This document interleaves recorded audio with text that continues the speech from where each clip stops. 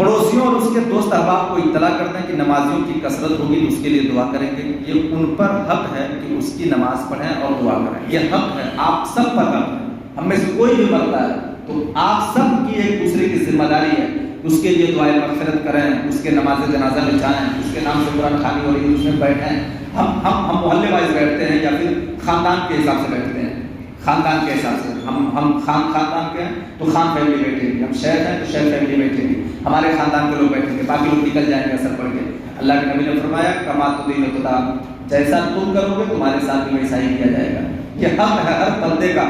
اسلام ہی ایک ایسا رشتہ ہے جو سب کو جوڑ کے رکھا ہے. شیخ ہے, خان ہے, پٹھان ہے, کوئی اور بات صاف ہے ہماری. اسلام کے حساب سے آپ جڑ کے رہیے. اصل بات اگر کوئی اعلان کر دیتا ہے کہ فلاں کے نام کی قرآن خوانی ہے, اگر وہ واقعی سنی صحیح عقیدہ اس کے نام سے قرآن خوانی جائز, کوئی سب نہیں جائز ہوگا, میں خود ہی نہیں بیٹھوں گا, میں خود ہی نہیں بیٹھوں گا. تو اس چیز کا خود ہی خیال رکھنا ہے. تو اگر اعلان کر دیا گیا کہ فلاں کے نام کی قرآن خوانی ہے, سنی صحیح عقیدہ ہے, تو آپ بیٹھیں. آپ کس برادری سے ہیں, کس خاندان سے ہیں, آپ یہ نہ سوچیں. آپ بیٹھیں گے تو ان کے لوگ آپ پہ بیٹھیں گے, اور اس لیے آپ کو مرنے کے بعد اس کی سخت ضرورت ہے کہ آپ کے نام سے اِصالِ ثواب کیا جائے. سخت ضرورت ہے کہ مرنے کے بعد لوگ ہمیں ثواب بھیجیں. ہر کسی کو اس کی ضرورت ہے. تو آپ جب دوسرے میں نہیں بیٹھیں گے تو آپ میں کون بیٹھے گا بتائیں. آپ کیا ہیں کہ آپ میں بیٹھیں گے, اور وہ کیا تھا کہ آپ نہیں بیٹھے. تو اس چیز کا آپ خیال رکھیں کہ ہر بندے کا حق ہے کہ اس کے لیے نمازیں پڑھیں, دعائیں کریں. نماز مطلب نماز جنازہ, دعائیں کریں, تسبیح و تحلیل کریں, اس کے لیے اِصالِ ثواب کریں. بازار اور شارع عام پر اس کی موت کی خبر دینے کے لیے بلند آواز سے پکارنا بعض لوگوں نے مکروہ بتایا ہے, مگر صحیح یہی ہے کہ اس میں حرج نہیں ہے, مگر حسب عادت جاہلیت بڑے بڑے الفاظ سے نہ ہو. جیسے اعلان کرتے وقت اعلان کر سکتے ہیں, مگر اعلان کرتے وقت بڑے بڑے القاب نہ ہو. جیسے کوئی عالم کا انتقال ہوا تو حضرت علامہ مولانا فہامہ, یعنی بڑے بڑے القاب کے ساتھ نہیں, کیونکہ اب وہ میت ہے. اب اللہ کے بندے بارگاہ میں وہ عاجز بن کے جانا ہے اسے, ورنہ بہت ٹھکائی ہوتی ہے وہاں. تو اس چیز کا خیال رکھ کر کے اس کو عاجز بندہ بنا کر کے پیش کرنا ہے اور اعلان کرنا ہے. اب بڑے بڑے القاب نہیں دینا ہے, بڑا بڑا نام ابھی نہیں پکارنا ہے. بس اتنا ہی نام دینا ہے جس سے لوگ پہچان سکیں کہ کس کی میت ہوئی ہے, کس کا انتقال ہوا ہے. تو بڑے بڑے نام سے اس کو پکارا نہ جائے. ناگہانی موت سے مرا تو جب تک موت کا یقین نہ ہو تجہیز و تکفین ملتوی رکھیں. یعنی اگر کوئی ایکسیڈنٹ میں انتقال کر گیا یا اسے ناگہانی موت آ گئی تو جب تک یقین نہ ہو جائے کہ بندہ مر گیا ہے, اس وقت تک اس کے کفن دفن کا انتظام نہ کریں.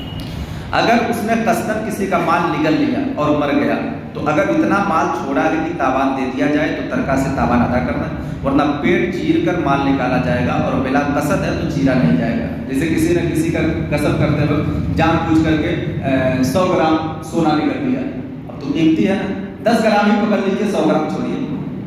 گبن کرنے کے لیے نگل لیا پیٹ میں, اب نگل لیا تو مرنے لگا, ظاہر سی بات ہے.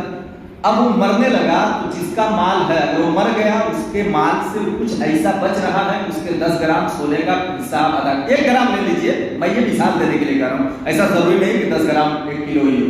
وہ اتنا ہی مال ہے کہ کسی کا مال بدل کر کے اس نے گھونٹ لیا, پیٹ میں ڈال دیا. اب پیٹ میں ڈال دیا, مر گیا, تو اگر اس کا مال مرنے کے بعد اتنا ہے کہ اس کا پیسہ ادا کر دیا جائے گا تب تو اسے نہیں نکالا جائے گا. لیکن اگر مال نہیں ہے اس کے پاس, مرنے کے بعد ایک دم فقیر مرا ہے, اس کے پاس کچھ نہیں ہے, اس کا پیٹ پھاڑ کے اس کا پیسہ نکال کے دیا جائے گا.